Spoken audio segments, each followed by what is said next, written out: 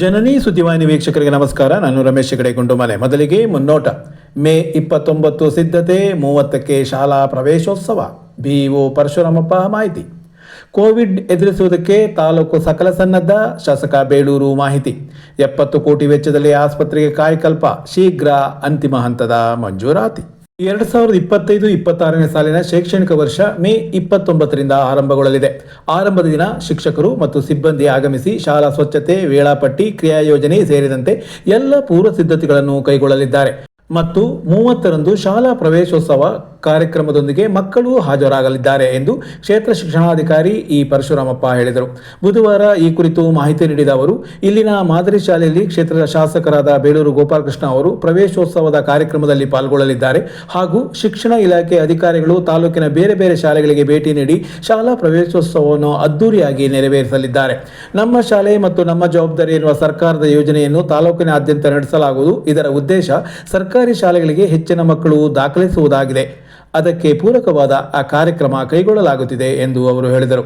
ಶಾಲೆಯ ಆರಂಭಕ್ಕೂ ಮೊದಲೇ ಈ ಬಾರಿ ಮಳೆಗಾಲ ಆರಂಭವಾಗಿದೆ ಮತ್ತು ಕೊರೋನಾದ ಕುರಿತು ಕೂಡ ಮುನ್ನೆಚ್ಚರಿಕೆ ವಹಿಸಬೇಕಿದೆ. ಈ ಕುರಿತು ಹೋಬಳಿವಾರು ಶಿಕ್ಷಕರಿಗೆ ಮಾಹಿತಿ ನೀಡುವ ಕಾರ್ಯವಾಗುತ್ತಿದೆ ಮತ್ತು ಶಾಲೆಗಳಲ್ಲಿ ಅನುಸರಿಸಬೇಕಾದ ಕ್ರಮ ತಿಳಿಸಲಾಗುತ್ತಿದೆ ಹಾಗೂ ಪಠ್ಯ ಪುಸ್ತಕಗಳನ್ನು ಮೊದಲ ದಿನವೇ ನೀಡಲಾಗುವುದು. ಒಟ್ಟಿನಲ್ಲಿ ಶೈಕ್ಷಣಿಕ ವರ್ಷದ ಆರಂಭದ ಎಲ್ಲ ಸಿದ್ಧತೆ ಪೂರ್ಣಗೊಂಡಿದೆ ಎಂದು ಅವರು ಮಾಹಿತಿ ನೀಡಿದ್ದಾರೆ. 25-26ನೇ ಸಾಲಿನ ಶೈಕ್ಷಣಿಕ ವರ್ಷ ಈ ವರ್ಷ ಪ್ರಾರಂಭ ಆಗ್ತಾ ಉಂಟು.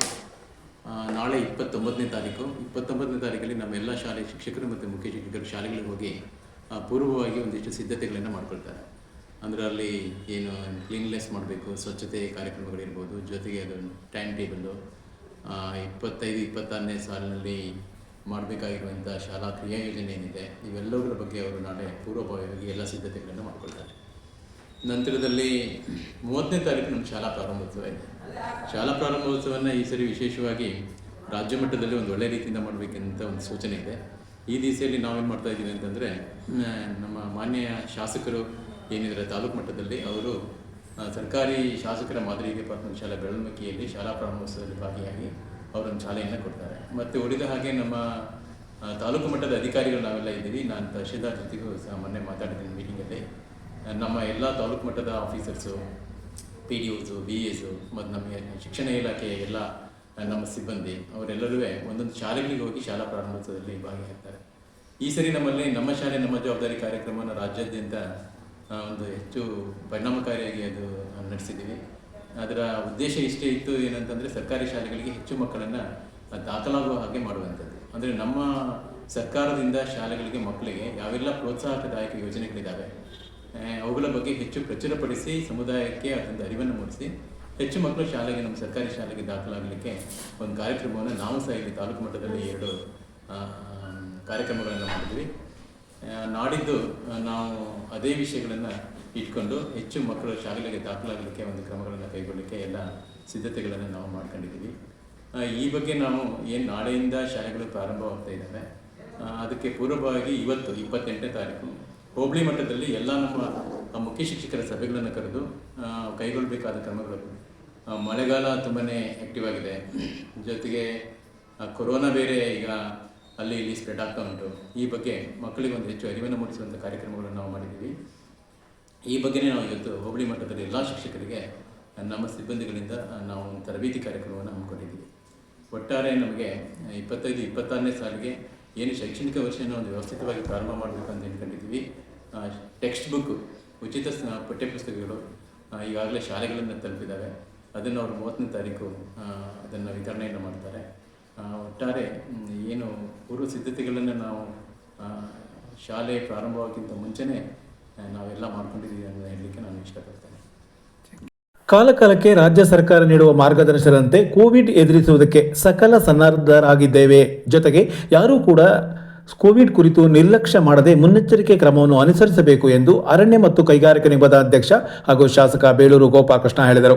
ಬುಧವಾರ ಇಲ್ಲಿನ ಉಪವಿಭಾಗೀಯ ಆಸ್ಪತ್ರೆಯಲ್ಲಿ ಏರ್ಪಡಿಸಿದ ಕೋವಿಡ್ ಮುನ್ನೆಚ್ಚರಿಕಾ ಪೂರ್ವ ಸಿದ್ಧತಾ ಸಭೆಯ ಅಧ್ಯಕ್ಷತೆ ವಹಿಸಿ ಅವರು ಮಾತನಾಡುತ್ತಿದ್ದರು. ಆಸ್ಪತ್ರೆಯಲ್ಲಿ ಯಾವುದೇ ಕೊರತೆಯಾಗದ ರೀತಿ ಗಮನ ಹರಿಸಲಾಗಿದೆ. ಜೊತೆಗೆ ತಾಲೂಕಿನಲ್ಲಿ ಇದುವರೆಗೆ ಕೋವಿಡ್ ಸಂಬಂಧ ಯಾವುದೇ ಪ್ರಕರಣ ದಾಖಲಾಗಿಲ್ಲ. ಆದರೆ ರಾಜ್ಯದ ಬೇರೆ ಬೇರೆ ಕಡೆ ಕೊರೋನಾ ಸೋಂಕು ಹರಡುತ್ತಿರುವುದರಿಂದ ನಾವು ಜವಾಬ್ದಾರಿ ವಹಿಸಬೇಕಿದೆ. ಈ ಕುರಿತು ಮುಖ್ಯಮಂತ್ರಿಗಳು ಸಹ ಸೂಚನೆ ನೀಡಿದ್ದಾರೆ ಎಂದರು. ಜ್ವರ ಶೀತ ಕಾಣಿಸಿಕೊಂಡವರು ತಕ್ಷಣ ತಪಾಸಣೆಗೆ ಒಳಪಡಬೇಕು ಮತ್ತು ಡೆಂಗ್ಯೂ ಕುರಿತು ಕೂಡ ಗಮನ ಹರಿಸಬೇಕು.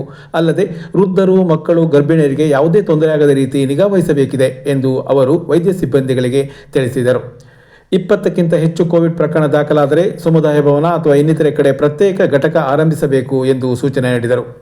ನಗರಸಭೆ ಡೆಂಗ್ಯೂ ಹರಡದಂತೆ ಅಗತ್ಯ ಸ್ವಚ್ಛತಾ ಕಾರ್ಯ ಕೈಗೊಳ್ಳಿ, ಚರಂಡಿ ಸೇರಿದಂತೆ ಇತರೆ ಕಡೆ ಕೊಳಚೆ ನೀರು ಸಂಗ್ರಹವಾಗದಂತೆ ನೋಡಿ ಎಂದು ಎಚ್ಚರಿಕೆ ನೀಡಿದರು.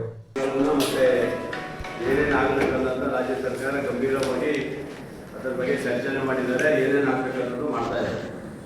ನಾವು ತಾಲೂಕು ಲೆವೆಲಲ್ಲಿ, ಜಿಲ್ಲಾ ಮಟ್ಟದಲ್ಲಿ ಆದಂಗೆ ತಾಲೂಕು ಲೆವೆಲಲ್ಲೂ ಸಹ ನಾವು ಗಂಭೀರವಾಗಿ ಅದನ್ನು ಪರಿಗಣಿಸಬೇಕು. ಯಾವುದೇ ಕಡೆಗಣಿಸುವಂಥ ಪ್ರಶ್ನೆ ಇಲ್ಲ.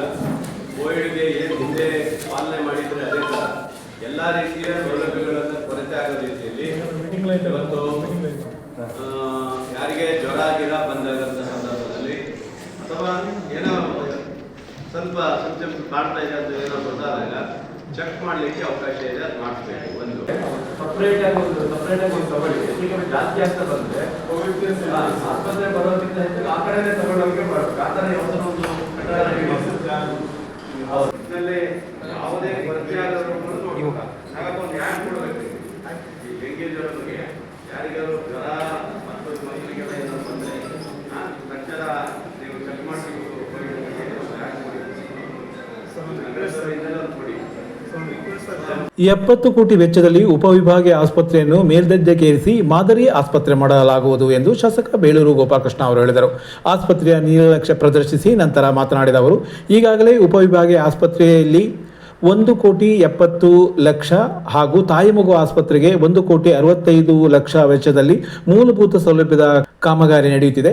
ಇದಲ್ಲದೆ ಉಪವಿಭಾಗೀಯ ಆಸ್ಪತ್ರೆಯನ್ನು ಮೇಲ್ದರ್ಜೆಗೆ ಏರಿಸಲು 70 ಕೋಟಿ ರು ಮಂಜೂರಾಗಿದ್ದು, ಕ್ಯಾಬಿನೆಟ್ ಒಪ್ಪಿಗೆ ದೊರೆತ ತಕ್ಷಣ ಹಣ ಬಿಡುಗಡೆಯಾಗುತ್ತದೆ ಮತ್ತು ಸಖಿ ಯೋಜನೆಯಡಿ 50 ಲಕ್ಷ ರು ಬಿಡುಗಡೆಯಾಗಿದ್ದು ಸದ್ಯದಲ್ಲೇ ಕಾರ್ಯಾರಂಭ ಮಾಡಲಿದೆ ಎಂದು ತಿಳಿಸಿದರು. ಜೊತೆಗೆ ರಾಜ್ಯ ಸರ್ಕಾರ ಪ್ರತಿ ತಾಲೂಕಿನಲ್ಲೂ ಕೆಮೊಥೆರಪಿ ಘಟಕ ಆರಂಭಿಸುವ ಚಿಂತನೆ ನಡೆಸಿರುವುದು ಒಳ್ಳೆಯ ಬೆಳವಣಿಗೆ ಎಂದು ಅವರು ತಿಳಿಸಿದರು. ನಗರಸಭಾಧ್ಯಕ್ಷ ಮೈತ್ರಿ ಪಾಟೀಲ್, ಉಪಾಧ್ಯಕ್ಷ ಸವಿತಾ ವಾಸು, ಸದಸ್ಯ ಗಣಪತಿ ಮಂಡಗಳಲೆ ಮಧುಮಾಲತಿ, ಉಪವಿಭಾಗಾಧಿಕಾರಿ ವೀರೇಶ್, ತಹಶೀಲ್ದಾರ್ ಚಂದ್ರಶೇಖರ್ ನಾಯ್ಕ್, ಪೌರಾಯುಕ್ತ ನಾಗಪ್ಪ, ಕಾರ್ಯನಿರ್ವಹಣಾಧಿಕಾರಿ ಶಿವಪ್ರಸಾದ್, ಡಾಕ್ಟರ್ ಪರಪ್ಪ, ನಾಗರಾಜ್ ನಾಯ್ಕ್ ಮತ್ತಿತರರು ಹಾಜರಿದ್ದರು. ಆಸ್ಪತ್ರೆಗೆ ನಮ್ಮ ಆಸ್ಪತ್ರೆಯನ್ನು ನೋಡಿ ಮಾನ್ಯ ಮಂತ್ರಿಗಳಾದ ದಿನೇಶ್ ಗುಂಡೂರಾವ್ ಅವರು ಅಪ್ಗ್ರೇಡಿಂಗ್ ಕೊಟ್ಟಿದ್ದಾರೆ ಅಂದರೆ ನಮ್ಗೆ ಹೆಮ್ಮೆ ಆಗುತ್ತೆ. ಅದು ಆ ಖುಷಿಯಲ್ಲಿ ನಾವು ಕೆಲಸ ಮಾಡಬೇಕು. ಸುಮಾರು 70 ಕೋಟಿ ರೂಪಾಯಿ ಕಮ್ಮಿ ಅಮೌಂಟ್ ಅಲ್ಲ. 70 ಕೋಟಿ ರೂಪಾಯಿ ಅಮೌಂಟನ್ನು ಈಗಾಗಲೇ ಸ್ಯಾಂಕ್ಷನ್ ಕಳಿಸಿದ್ದಾರೆ. ಆಲ್ರೆಡಿ ನಮ್ಮ ಇದರಲ್ಲಿ ಸ್ಯಾಂಕ್ಷನ್ ಆಗೋಗಿದೆ. ಈಗ ಅದು ಕ್ಯಾಬಿನೆಟ್ ಅದು ಸ್ಯಾಂಕ್ಷನ್ ಆದಾಗೆ ಸಖಿಯವರಿಗೆ 50 ಲಕ್ಷ ರೂಪಾಯಿ ಬಿಲ್ಡಿಂಗಿಗೆ ಬಂದಿದೆ. ಅದನ್ನು ಸಹ ರೆಡಿ ಮಾಡಿಕೊಡ್ತಾ ಇದ್ದೀವಿ. ಒಟ್ಟಿನಲ್ಲಿ ಯಾವುದೇ ಕೊರತೆ ಇಲ್ಲ. ಈ ಆಸ್ಪತ್ರೆ ಹಿಂದೆ ಹೇಳಿದ್ನಲ್ಲ, 1,75,00,000 ರೂಪಾಯಿ ಈ ಆಸ್ಪತ್ರೆಗೆ ಎಲ್ಲ ಅಭಿವೃದ್ಧಿ ಮಾಡಲಿಕ್ಕೂ ಸಹ ಕೊಟ್ಟಿದ್ದೀನಿ. ಪಾರ್ಕ್ ಮಾಡ್ತಾರೆ ಸದ್ಯದಲ್ಲೇ, ಅವೆಲ್ಲ ಮಾಡ್ತೀವಿ. ಆಮೇಲೆ ಒಂದು ನಂದಿನಿ ಬೂತ್ ಹಾಕ್ಲಿಕ್ಕೂ ಕೊಟ್ಟಿದ್ದೀನಿ.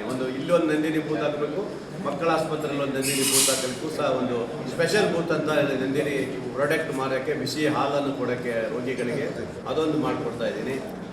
ಅದನ್ನು ರೆಡಿ ಮಾಡಿದ್ದೀನಿ. ಒಟ್ಟಿನಲ್ಲಿ ಪಾರ್ಕು ಅದೆಲ್ಲ ಸೇರಿದ್ದು ತುಂಬ ಚೆನ್ನಾಗಿ ಆಗ್ಬೋದು ಅಂತ ಇದೆ. ಹೊರಗಡೆ ಯಾರು ಈ ರೋಗಿಗಳು ನೋಡೋಕ್ಕೆ ಬಂದು ಹೊರಗಡೆ ಕುತ್ಕೊಳ್ಳೋಕ್ಕೂ ವ್ಯವಸ್ಥೆ ಮಾಡ್ತಾ ಇದ್ದೀವಿ. ಬೆಂಚ್ಗಳನ್ನು ಹಾಕ್ಕೊಡ್ತಾ ಇದ್ದೀವಿ. ಪಾರ್ಕಲ್ಲಿ ಕುತ್ಕೊಳ್ಳೋಕ್ಕೆ ಬೆಂಚ್ಗಳನ್ನು ಹಾಕ್ಕೊಡ್ತೀವಿ. ಒತ್ತಡ ಇಲ್ಲಿ ಕಮ್ಮಿ ಆಗಬೇಕನ್ನೋ ಉದ್ದೇಶದಿಂದ ಇಟ್ಕೊಂಡಿದ್ವಿ.